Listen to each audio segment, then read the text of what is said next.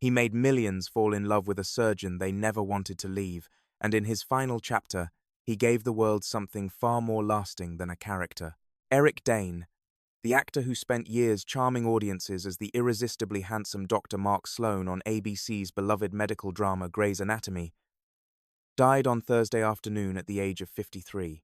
His family confirmed the news in a statement released to CBS News, revealing that Dane had passed away following a courageous battle with amyotrophic lateral sclerosis, more commonly known as ALS or Lou Gehrig's disease. He was surrounded by dear friends, his devoted wife, and his two daughters, Billy Beatrice and Georgia Geraldine. In his final moments, the two people his family described as the very center of his world. The diagnosis had come just months before his death. In April 2025, Dane went public with the devastating news that he had been diagnosed with ALS, a progressive neurological disease that attacks the nerve cells responsible for controlling voluntary movement, stripping away, one by one, a person's ability to walk, speak, swallow, and ultimately breathe. Most patients live between 3 to 5 years following a diagnosis, according to the Cleveland Clinic. For Dane, that window closed in less than a year.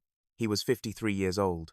Born on the 9th of November 1972, Eric Dane grew up in Northern California under circumstances that shaped him profoundly from an early age. His father, a Navy veteran who later worked as an architect, died from a gunshot wound when Dane was just 7 years old.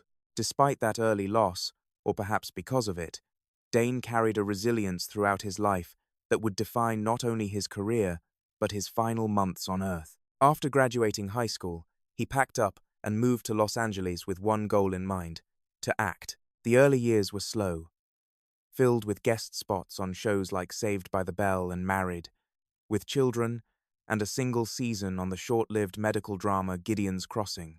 Hollywood rarely hands anyone a clean shot at the top, and Dane was no exception. His big break arrived in the mid-2000s when he was cast as Dr. Mark Sloan on Grey's Anatomy, the Shonda Rhimes juggernaut that had already captured the hearts of millions. The character, instantly nicknamed McSteamy by fans for his magnetic good looks and unapologetic confidence, became one of the show's most beloved figures. Dane played the role from 2006 until 2012, and the impact his character left behind was written quite literally into the fabric of the show. After his character's death following a devastating plane crash, Seattle Grace Hospital was renamed Gray Sloan Memorial Hospital in his honor. He returned briefly to reprise the role in 2021, a testament to how deeply the character had been woven into the show's mythology. But Dane was never content to be defined by one role. In 2019, he made a dramatic creative pivot, trading McSteamy's charm for something far darker. He joined HBO's provocative and unflinching drama Euphoria as Cal Jacobs, a deeply troubled married man whose hidden life slowly unraveled across 3 seasons. The performance was a revelation to audiences who had only known him as the magnetic surgeon, and it earned him a new generation of fans. He continued playing the role until his death. In a separate chapter of his career, Dane led the TNT drama The Last Ship as Tom Chandler, the captain of a U.S. Navy destroyer navigating a world nearly annihilated by a catastrophic global pandemic. Production on that series was paused in 2017 as Dane quietly battled depression, a struggle he later spoke about with the same openness he would bring to his ALS journey. When his ALS diagnosis became public in April 2025, Dane made a decision that surprised no one who truly knew him. Rather than retreat from the public eye, he stepped directly into it. He announced at the time that he intended to keep acting, and just months later, in June 2025, he stood before cameras at a news conference in Washington, D.C., focused on health insurance prior authorization reform. Some of you may know me from TV shows, such as Grey's Anatomy, which I play a doctor, he said. But I am here today to speak briefly as a patient battling ALS. That moment set the tone for everything that followed. In September 2025, the ALS Network named Dane the recipient of their Advocate of the Year award, recognizing the tireless commitment he had shown to raising awareness and fighting for the estimated 1 in 300 Americans living with the disease. The non-profit group I Am ALS, with which he worked closely, described him as someone who brought humility, humor, and visibility to ALS, and reminded the world that progress is possible when we refuse to remain silent.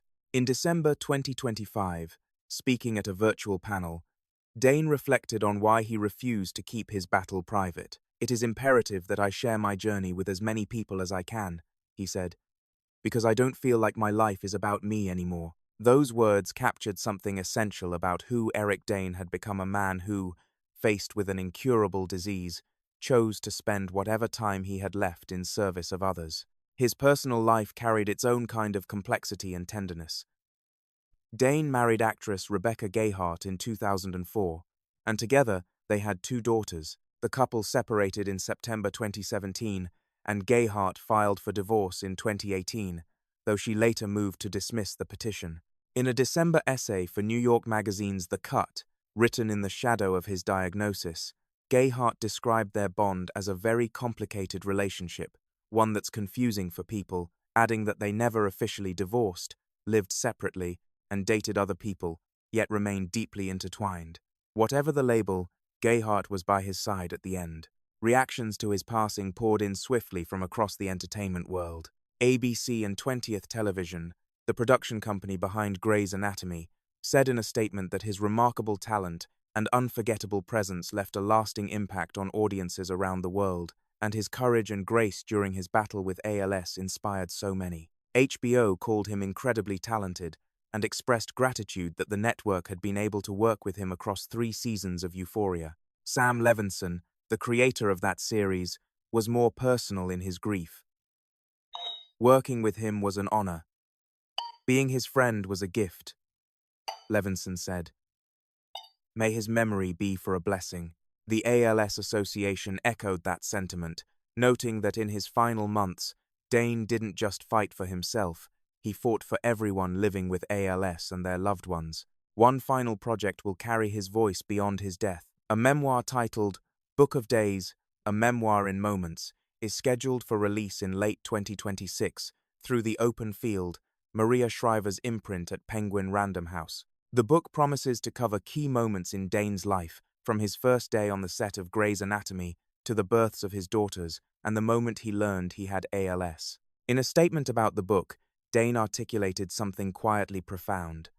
"I want to capture the moments that shaped me, the beautiful days, the hard ones, the ones I never took for granted, so that, if nothing else, people who read it will remember what it means to live with heart. If sharing this helps someone find meaning in their own days, then my story is worth telling." He is survived by his wife Rebecca Gayheart and their 2 daughters, Billy Beatrice and Georgia Geraldine. Eric Dane is gone, but the conversation he started about ALS, about living with full presence in the face of the unthinkable, is far from over. What do you think we can all do to keep that conversation alive?